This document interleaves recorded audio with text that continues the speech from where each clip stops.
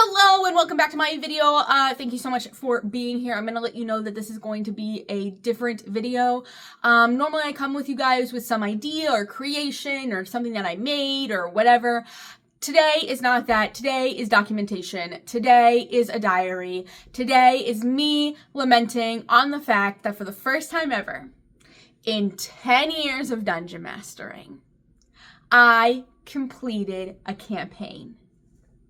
I am so stupid excited. I'm not gonna lie to you. It happened yesterday, and whenever I went home yesterday, I cried because I was so proud of my players and I was so proud of myself. And I just want to lament my feelings onto the internet so that I keep them forever, because this is a feeling, this is a memory that I never want to lose. I never want to ungrasp what I have in my hand right now, which is unwavering pride in myself and a commitment to continue creating until the day I die. There is something about your creation hitting off and just being in completing that makes you want to create more, and it's really crazy. And so I am just word vomiting onto the internet because this is something that this is something that means so much to me. Really, truly, it means so much to me. So it's crazy how much dyslexia affects my life. For people who don't know, I am severely dyslexic. I have the spelling comprehension skills of about a 3rd to 4th grader, depending on what test I take. And then my reading comprehension skills are a 7th grader. So I have very, very difficult time with reading. And funny enough, that is what started this entire thing. Curse of Strahd. Curse of Strahd is an amazing campaign. It's probably one of the best campaigns that Wizards of the Coast has ever written. Though, to be fair, I like Tomb of Annihilation better because Tomb of Annihilation is really fun in my book. But Curse of Strahd is one of the best campaigns that they've ever written. Here's the thing. At least in the 2014 Curse of Strahd, which is the one that I have. I know they reworked it, but in the 2014 Curse of Strahd, it's written romantically. It's written in a romantic tammer, which elevates the reading level of it above my reading level. So, 2.5 years ago, 3 years ago, I think, little old me is like, I'm gonna run Curse of Strahd. So I grab my friends who I play board games with. I grab my friends who we've done conventions with, and some new girl, and I say, let's play Curse of Strahd. And I go to run Curse of Strahd. Well, we get past the first chapter and everything's, whatever. I get to the second chapter. I swear to God, guys, I would read a paragraph and have no idea what I just read. I would read the paragraph word for word out loud, dun, dun, dun, dun, dun, dun, and I would have no comprehension of what it just said, what it was telling me to do, what was going on. And it got to the point where I was trying to read chapter 2. I think I read chapter 2, and then I was trying to read chapter 3, and I was sobbing, trying to read chapter 3. And Max was like, and I was like, I can't read this. I can't run Curse of Strahd. I can't read this. And so we tried to find ways for me to run Curse of Strahd that I didn't have to read. Like if there was an audiobook or if there was someone who did a play-by-play on YouTube. None of that kind of stuff. None of that kind of stuff exists. So I had to tell my players through tears that I could not run Curse of Strahd. That I couldn't run Curse of Strahd. It was too difficult. And if they wanted, I would run a homebrew campaign. Well, 2 of the people said, hey, I really wanted to play Curse of Strahd. I don't want to play a homebrew campaign. I have 2 homebrew campaigns. I'm going to go. That left 3 people. So we were like, we need more people than 3 people. Well, earlier that year, I had met a person working at a game store who played Final Fantasy 14, and I played Final Fantasy 14. So I asked Greg, hey, do you want to play this game with us in real life? And he was like, yeah, sure. Can I bring my girlfriend? And I was like, yeah, absolutely. You can bring your girlfriend. And that made 5. Well, then the girl who played Corbina decided that she didn't have time. So we ended up with 4. So there's 4 players, which makes balancing so much easier. You have no idea. It is so much easier to balance with 4 players. So there's 4 players, and then there's me. And I decide that I'm going to run a homebrew campaign in my world, Oblorn, that I've been making for the last 10 years. And it ended up going for 2.5 years. And we just finished it yesterday. I am, it's so funny because, like, I remember being at the beginning of this campaign and I had no time because it was like, okay, next week we'll meet. And everyone was like, cool, next week we'll meet. I was like, what am I going to do for this campaign? What is going on in this campaign? And I just pulled something out of my butt, to be completely honest. I totally 100% pulled something out of my butt. I pulled an old scenario that I had used previously where everyone got arrested for something petty. And so they're all doing community service. That was my starting thing to get them together. And so I was like, I pulled that out of my butt, and so my world is completely developed at this point because I've been working on it for 10 years. And so I was like, what is something that I want to explore? What is something that I care about? And something that I really, really care about is the Yuan-Ti. The Yuan-Ti are indigenous to this jungle that Corinne claims is their jungle, but the Yuan-Ti are like, no, this is Latan. Like, this is a city state. Like, we're a legitimate people. But the Corinne's like, nah, you're not legitimate. You're barbarians and, dumb people. And so it's kind of a thing, play on how indigenous people were treated early on, like savages and stuff, like that kind of stuff. Like, it's a play on that. And so I was like, okay, we'll go there, we'll do this. And I just pulled stuff out of my butt. I really, really did. And to be honest, I pulled stuff out of my butt for the first, 3 levels because I was so upset that I couldn't read Curse of Strahd. I remember coming on to Twitch chat every single day and being like, I am so upset I can't play Curse of Strahd. I am so upset I can't run Curse of Strahd. This sucks. And so it ends up working out though, because we all developed a friendship. We all developed a bond. And also everyone at the table had the same amount of care and discipline whenever it came to their player characters, which is something that I had actually never had at my table before. Some people would really, really care about their player characters, and then some people would be like, yeah, whatever. Like, I'm just here to play the game, and they would basically play through their player characters.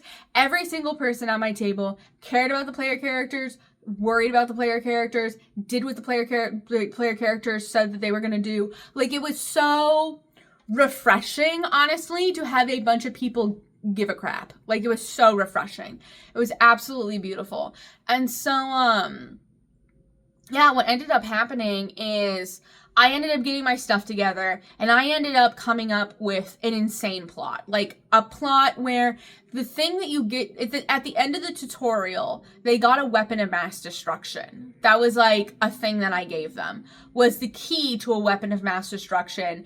And the story of how that weapon of mass destruction made the Genasi extinct, made the previous race that lived on this planet extinct. So it's kind of a cautionary tale, and then here's the key. And so they ended up playing that so well. They were all just like, no one can ever know that we have this key, put it in the bag of holding and never talk about it again. And so what I ended up doing is I ended up making that a giant plot point towards the later sessions and towards the later levels. And I was so proud of myself. Words cannot express how proud I am of myself for how I took this hobbled together story that I made at the beginning and wound it back around so that at the end, everyone was like, oh my God, the weapon of mass destruction. Like, there's another one. Like, literally, like, I made information that they got in session 3 matter in session, like, 50. I was so stupid proud of myself. I could not believe, like, what I accomplished in such a period of time. And I could not believe how willing my players were to go along with what I was doing. They were like, yeah, we got this. Yeah, we're doing this. Like, they were so invested. My players were so invested. They asked me questions about the world outside of the game. They asked me about things about the history and what was so fun and so meaningful to me is that sometimes it would be history that I hadn't made up, so we would make it up together. And then that piece of history in my world became permanent, and it's touched by a player that works so hard at my table. And like, it was so beautiful. It was so magical. And so what ended up happening is through this game, through this time, we all ended up becoming really good friends. Like, really good friends. So much so that we have Thanksgiving and Christmas together. Like, we celebrate, we go to Clay and Axel's house for Thanksgiving and Christmas, and we celebrate together. And I just cannot explain to you how happy that makes me to know that I facilitated a table, I facilitated a space, I facilitated a time that allowed people to come together and make friendships. I am just over the moon about that. I really am. And honestly, like, that is like the most important piece of D&D is like the community that you make in D&D, because D&D is a community game, and we really did make a community. And now we're inviting other people to our Thanksgivings and Christmas, being like, hey, we have a fun time, you don't have anywhere to go, you should have a fun time. You know, it's just like, it's just so special. It's so special. And these people that I have been playing with for the past 2.5 years have been some of like the nicest, sweetest, kindest people I have ever met. Most understanding people I have ever met. I've had to retcon stuff in the game. Not like super bad retcon stuff, just like, hey, you know how I said that this is this thing? Can it actually be a female instead? Or can it actually be this instead?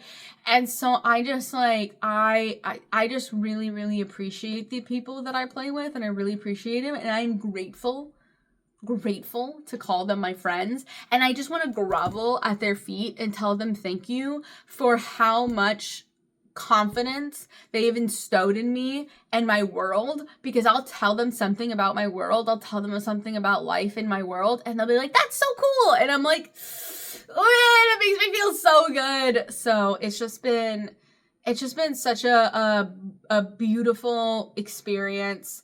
A lot of what I made, a lot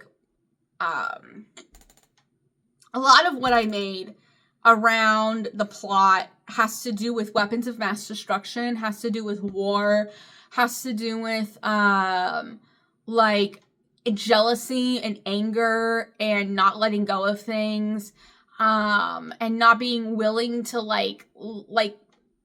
not being willing to accept change is a lot of that's what the bad guy's motivation was. The bad guy, the Zenith's motivation was that he was unwilling to accept the change that happened. And so he was trying to fight against that change. He was trying to destroy the change that happened and put it back. And there is no putting it back. There is no. So I'll tell you about the major plot. Okay, so in my world, originally, before there is the planes of existence right now, there was the nothing plane.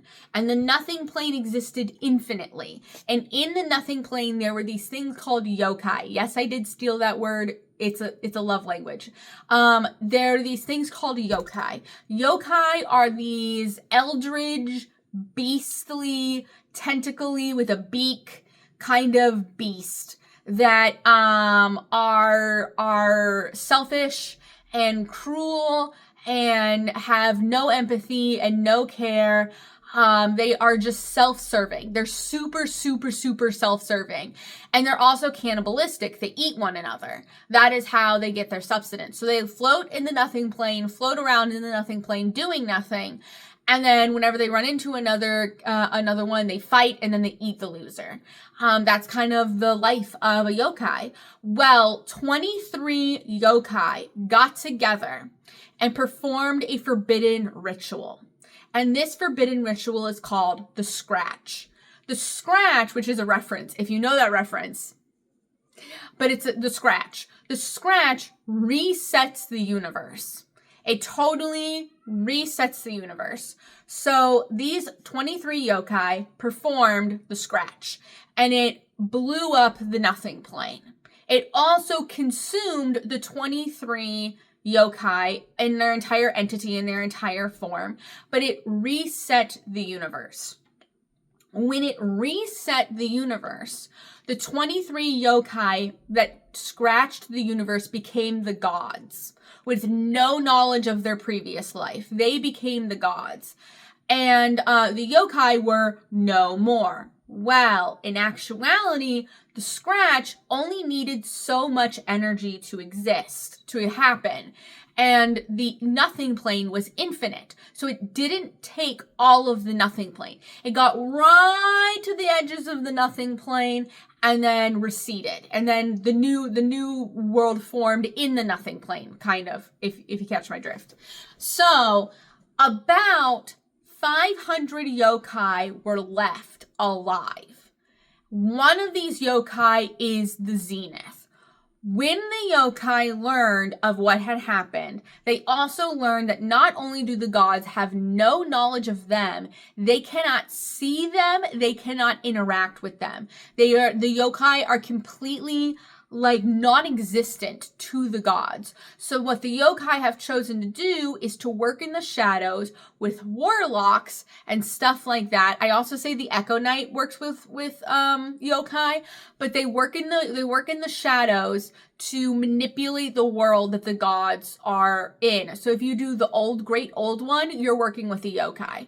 One of the yokai, the Zenith, calling himself the Zenith, hated the fact that the gods did this, that the other yokai did this. He was so angry that they destroyed his world in order to create their own world. And like I said, yokai are very self-serving, and that's a very selfish act, right? Well, not only are the yokai who are the gods are selfish, now the yokai who exist now are selfish as well. So they're at odds. He's mad that they destroyed their world, but the gods don't care because they don't know that the yokai exists. So this yokai found out a way to possess a dead body.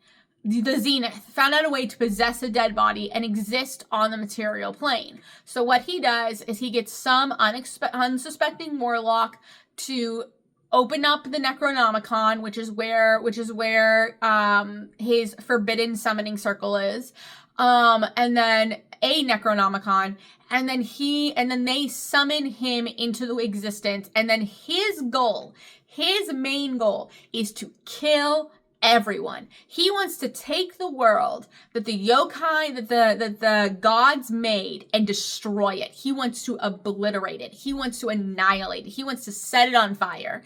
He wants to destroy everything because he can't deal with the change of the fact that there is this new world and that things have changed. So that is what he does, and that is what the main character, the main villain of this whole world was, and the one who was pulling the strings the entire time. It was the Zenith. And so he goes off. So he was summoned by a king. He was summoned by a king who ended up having a coup against him because they really didn't like the Zenith. So he summoned the Zenith. The Zenith got banished, and so he started building an army of undead to come in and take over Corinne so that eventually he could take over the world and make the whole world undead and then set it all on fire and destroy it in front of the gods because the gods can't see him and they don't know what he's doing. They can't see him. They have no idea what's going on. The players stopped him. In stopping him, they learn that why the Genasi became extinct, because they had weapons of mass destruction and did World War II. They basically did a world war, and the gods were like, they started killing each other, and the gods, and did a world war, and like they started genociding each other, and then the gods were like, okay, we're gonna try again, and then just killed everyone. And so they learned that kind of stuff. They learned about a sphere of annihilation, the second moon, the green moon, which is the second moon, actually is a fake moon that holds a sphere of annihilation. And the sphere of annihilation was created whenever the Earth Genasi tried to make a weapon of mass destruction, but they failed. And whenever they failed, they opened up a rip in the multiverse, and that is the sphere of annihilation that is on the moon. Anyways, I've been rambling, and this is kind of going on for a long time, but I just wanted to say, at the end of the day, I am so proud of myself. I am proud of what I've created. I am proud of the stories that I have weaved. I am proud of how intricate my weaving is, and I am just so happy to be able to say that I finished a campaign. I totally 100% finished a campaign. Funny enough, though, we are going to do an epilogue because the person at my table who wants to try DMing is not ready to DM. So we are going to do an epilogue, which I'm super duper excited about because it's going to be a beach episode. I'm not even kidding. Like, I'm going to take them to Cancun. It's going to be amazing. I'm so excited for this beach episode and all this crazy stuff that we're gonna go. My players don't know this yet, but essentially there is a figure that has been helping them the entire time. His name is Julian. He is in my book. He's in my book, The Aelxbomb Odyssey, but he is my favorite NPC that I ever created, and he's also an NPC guide that I really enjoy. And so whenever I have campaigns now, I typically put Julian in as a guide for the players. And they really enjoyed Julian. They really love Julian. And so what's gonna happen? So Julian is a archfey trapped in the body of a fox because of another archfey. Another archfey trapped him in the body of a fox and cursed him into the material plane. And so he just like has been living in the material plane for like, I don't know, 50, 80 years now. Doing stuff, being a person. Sometimes he's a member of sometimes he's like a confidant to royalty. Sometimes he just lives in the forest and like you find him and he's like, oh, adventurers, I like adventurers. Either way, he like just does stuff on the face of the planet, cursed to live in the body of a fox forever. And the only thing that can take him out of the body of a fox, the only thing that can break the curse is a wish spell. So my players are going to go to a queen's coronation because they had fallen in love with this princess. They're going to go to this princess's coronation, and after the coronation, Julian is going to ask them to find him a wish spell so that he can be free of his fox body and he can be an archfey again. He can be a fey creature again.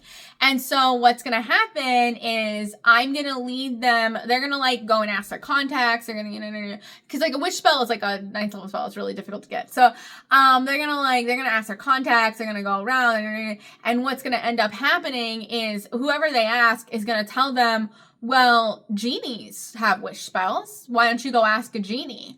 And they're like, where can you find a genie? And it's like, well, you can find a djinn on the islands, on the islands that I haven't named yet, but you can find a djinn on the islands. And then they're gonna go to the islands with Julian and try to find a genie, and it's gonna be a lot of fun. And I'm really excited. I'm really excited for this epilogue.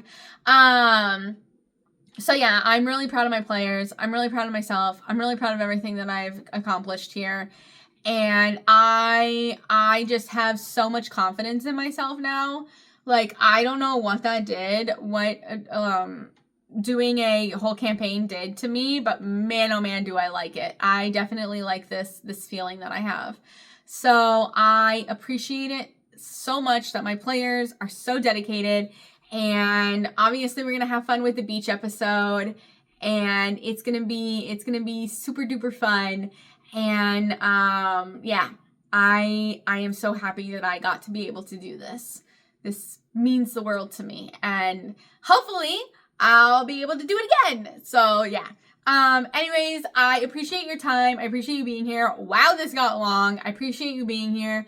I am just so happy right now, and I just wanted to document it. And it's kind of what a YouTube channel's for, right? It's kind of for documenting stuff, so we're here. I appreciate you being here. I appreciate you listening. If you listened all the way to the end, wow, thank you.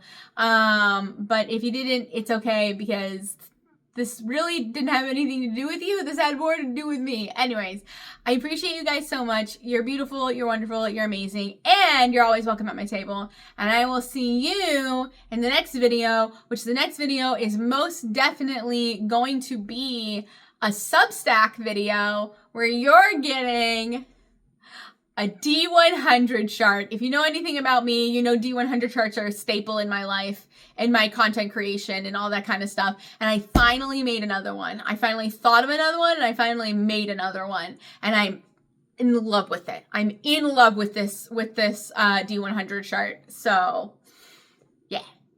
Goodbye.